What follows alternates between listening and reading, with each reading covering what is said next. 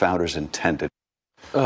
Okay, so we could. Sorry. How do you feel? At 1 o'clock today, the Senate's going to take up impeachment with the Chief Justice of the Supreme Court presiding. And then by the end of the week, they're going to figure out whether or not they're going to have witnesses. Let's bring in our witness, Dan Bongino, Fox News contributor, former Secret Service guy, former New York City cop. Dan, the breaking news is somehow the New York Times got their hands on a copy of John Bolton's manuscript that's going to be turned into a book very shortly, coming out March 17th, available on Amazon. Apparently, it says Bolton was told Trump wanted to continue freezing money to Ukraine until they helped with probes of the Bidens.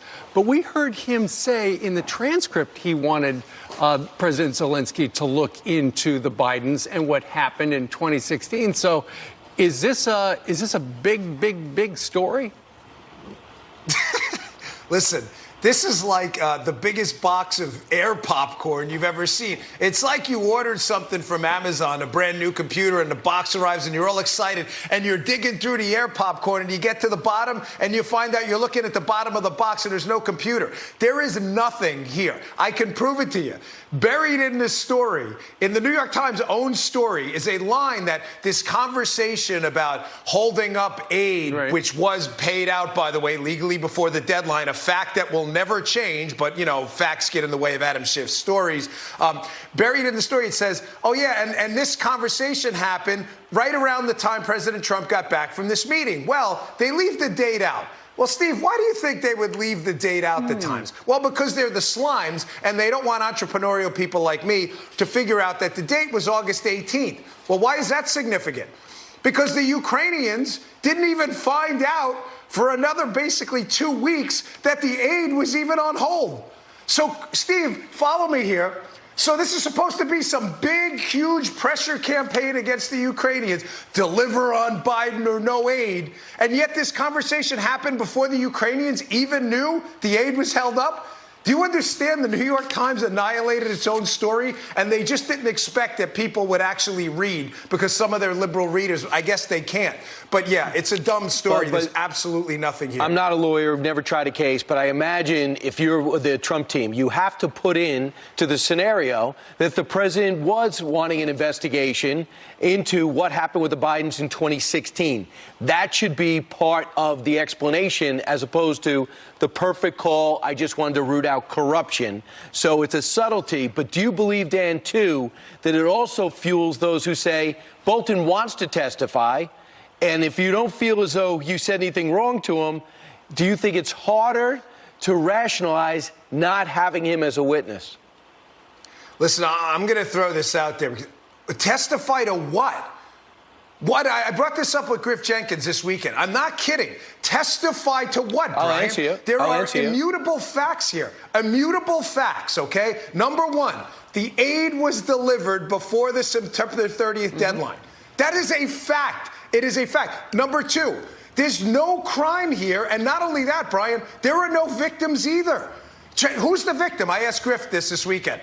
Oh, they said the Ukrainians. Really? Can you produce a Ukrainian who said they were pressured? There's no victims. If you can prove to me otherwise, I'll come on the air tomorrow and correct myself. Where are the Ukrainian victims? The answer is there aren't any. And fact number three, I got to do it again. Here's the article about Democrat collusion in Ukraine. Ukrainian efforts to sabotage Trump backfire.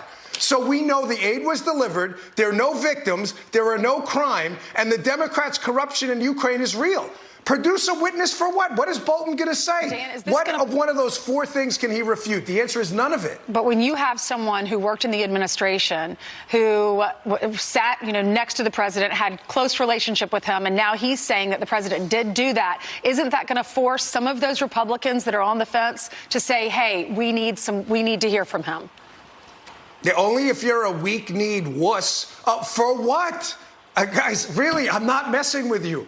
Okay. What is he going to say? This is it. There's a witness to what? You're right. Wait, and I'll answer your case. I'll answer you. Let me just answer you. Dan, let me just answer you. Senator Portman, adding to your case, also said when he had a conversation in August with the president, late August, he said, you're going to be happy with my decision because the senator wanted him to release the aid.